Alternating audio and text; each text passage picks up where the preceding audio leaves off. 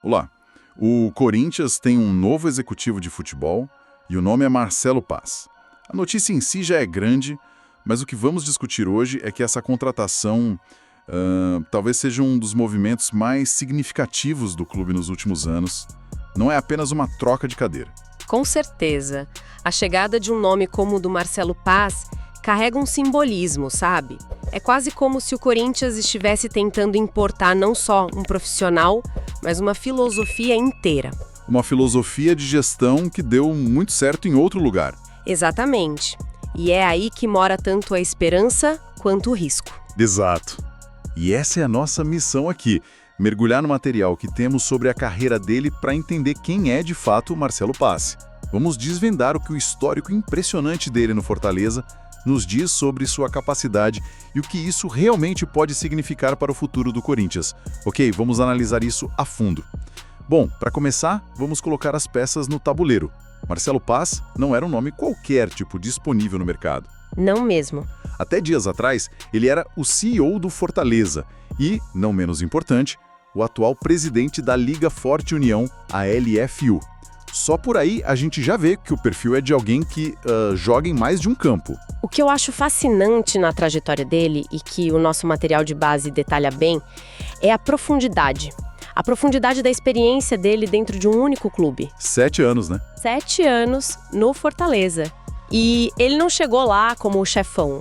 Ele construiu essa posição, foi diretor de futebol, virou vice-presidente, depois presidente e, por fim, se tornou CEO da SAF. E para quem não está tão familiarizado com a sigla, SAF. É a Sociedade Anônima do Futebol. Basicamente, é o modelo de clube-empresa que o Fortaleza adotou. Separa o futebol profissional com gestão própria do clube social.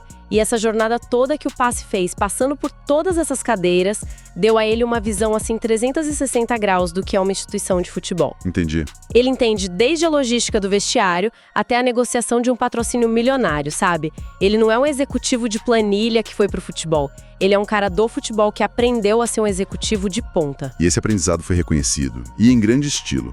O material destaca os prêmios que ele recebeu em 2023. Melhor CEO da América do Sul e melhor CEO do Brasil, pela Confute. Sim, isso carimbo passaporte dele, né? Totalmente. Não é só a torcida do Fortaleza que o elogia, é o mercado continental. Exatamente. E esses prêmios são importantes porque eles não validam só um título, uma vitória no domingo. Eles validam um processo. Gestão no futebol brasileiro é muito refém do resultado imediato. Sempre foi. Pois é. E no caso dele, esses prêmios reconhecem a construção de uma estrutura, a criação de um projeto sustentável. É o reconhecimento da obra, não apenas da última pincelada. Ok, então temos o perfil do gestor, os prêmios, mas o que realmente o credencia é o que ele fez na prática lá no Fortaleza. Porque a transformação do clube foi algo completamente fora da curva. Fora da curva é um ótimo termo. Foi quase um roteiro de filme. E o material que a gente analisou traz uma citação do próprio Marcelo Paz que resume bem o ponto de partida. Como era? Ele diz: ninguém imaginava. O Fortaleza naquele momento só queria sair da Série C. Foram 8 anos seguidos. Acho que nem no videogame dava certo. Não estava no mapa, não estava nos planos. Uau! Isso te dá a dimensão do buraco em que o clube estava, né? Sair da Série C era o sonho, o topo do mundo para eles naquele momento. Era o objetivo de vida. E aí vem a pergunta de $1 milhão. Qual foi o método? Porque falar em projeto de longo prazo é fácil, todo dirigente fala. Mas o que, na prática, ele fez de diferente? É aí que a análise fica interessante. O tal método Marcelo Paz se apoia em alguns pilares bem claros. Primeiro, uma prospecção de talentos cirúrgica, sabe? Focada em mercados sul-americanos de menor visibilidade. Em vez de entrar em leilão? Isso, em vez de entrar em leilão por jogador famoso, eles buscavam atletas bons e mais baratos na Argentina, Colômbia, Equador. O Vojvoda, o próprio técnico, é fruto dessa visão. Certo. Segundo pilar, e talvez o mais revolucionário para o Brasil, a continuidade do trabalho técnico, a manutenção do Vojvoda por tanto tempo, mesmo passando por sequências ruins. É algo impensável. Impensável em 99% dos clubes brasileiros. Eles bancaram o processo. Esse é um ponto crucial. A gente vê times demitindo o técnico com 5 jogos. Manter um treinador por anos cria uma identidade de jogo, uma estabilidade que o dinheiro não compra. E o terceiro pilar foi a rigidez orçamentária. O Fortaleza, sob o comando dele, não fez loucuras. O crescimento foi orgânico. Aumentava a receita, aumentava o investimento, sem dar passo maior que a perna. É basicamente essa fórmula que o Corinthians parece estar comprando. Scout inteligente, paciência com comando técnico e responsabilidade financeira. E essa fórmula, aplicada na prática, levou a resultados absurdos. O clube não só saiu da Série C, como no ano seguinte, em 2018, já foi campeão da Série B. Foi direto. E na elite não foi um mero participante. Foi 2 vezes quarto colocado no Brasileirão, consolidou uma hegemonia no Nordeste com 3 títulos da Copa do Nordeste e um heptacampeonato cearense. A subida foi meteórica. E o mais impressionante é que não foi sorte de um ano só. Foi algo construído, degrau por degrau. As conquistas nacionais foram a base para o salto continental. O Fortaleza, que nunca tinha jogado uma Libertadores, se classificou pela primeira vez em 2021. Inédito para o clube. Totalmente. No ano seguinte, avançou até as oitavas de final. E o ápice, claro, foi em 2023, chegando à final da Copa Sul-Americana. Um clube que sonhava em sair da terceira divisão estava disputando um título continental. É uma mudança de patamar absurda. Impressionante. Impressionante. Mas toda gestão é testada de verdade nos momentos de crise.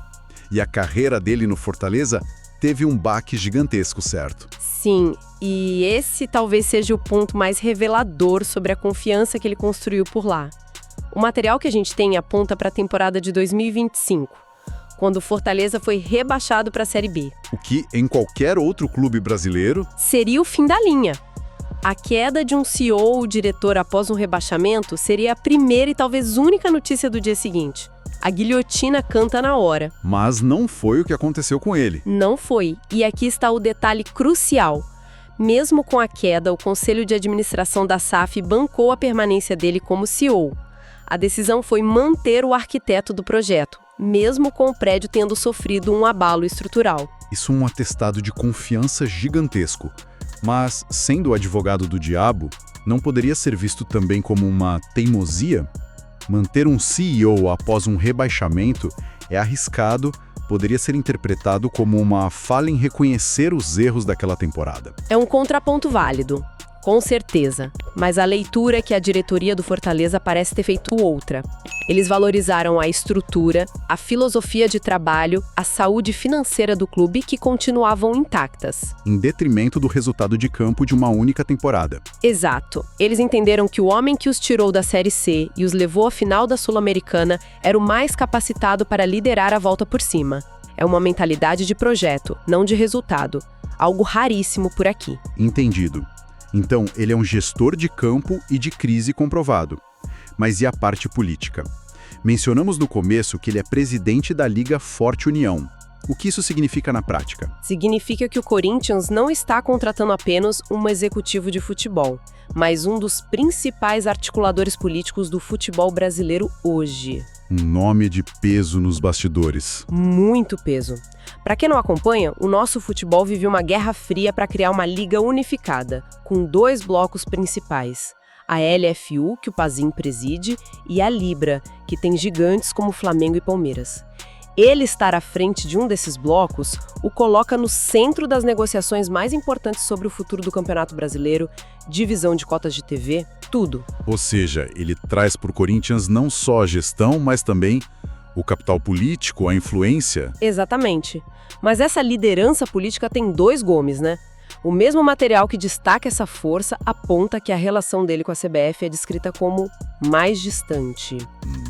E por quê? O motivo é que, na última eleição da entidade, ele apoiou abertamente o Reinaldo Carneiro Bastos, o presidente da Federação Paulista, que acabou não vencendo. E isso pode criar um problema. Uma coisa é ser presidente do Fortaleza com uma relação distante com a CBF. Outra, completamente diferente, é ser o homem forte do futebol do Corinthians nessa mesma situação. A escala do atrito, se houver, é outra. Totalmente. É uma variável que não existia na mesma proporção no Ceará. Como essa dinâmica política, com alianças de um lado e arestas a parar do outro, vai funcionar num clube com o peso do Corinthians? É uma das grandes perguntas. Que só o tempo vai responder. Exato. E falando em tempo, essa chegada dele ao Corinthians tem um contexto. O material que analisamos deixa claro que não é a primeira vez que o nome dele aparece no Parque São Jorge. Não mesmo. Em 2024, logo no início da gestão do Augusto Melo, o Corinthians fez uma proposta para que o Marcelo Paz fosse o CEO do clube. O CEO, não o executivo de futebol. Isso, uma proposta robusta para ser o chefe de toda a operação. E ele disse não. O que nos leva à pergunta óbvia. O que mudou de lá para cá? Por que o não para ser o chefe de tudo em 2024 virou um sim para ser o executivo de futebol agora? A fonte não crava o motivo, mas a gente pode ligar os pontos. Em 2024, a gestão do Corinthians era um caos, recém-empossado, com muitas incertezas. Talvez o Paz tenha olhado para aquele cenário e pensado, aqui não tem condições de trabalho. Faz sentido. Agora, 1 ano e meio depois, apesar dos problemas que ainda existem, o cenário é um pouco diferente.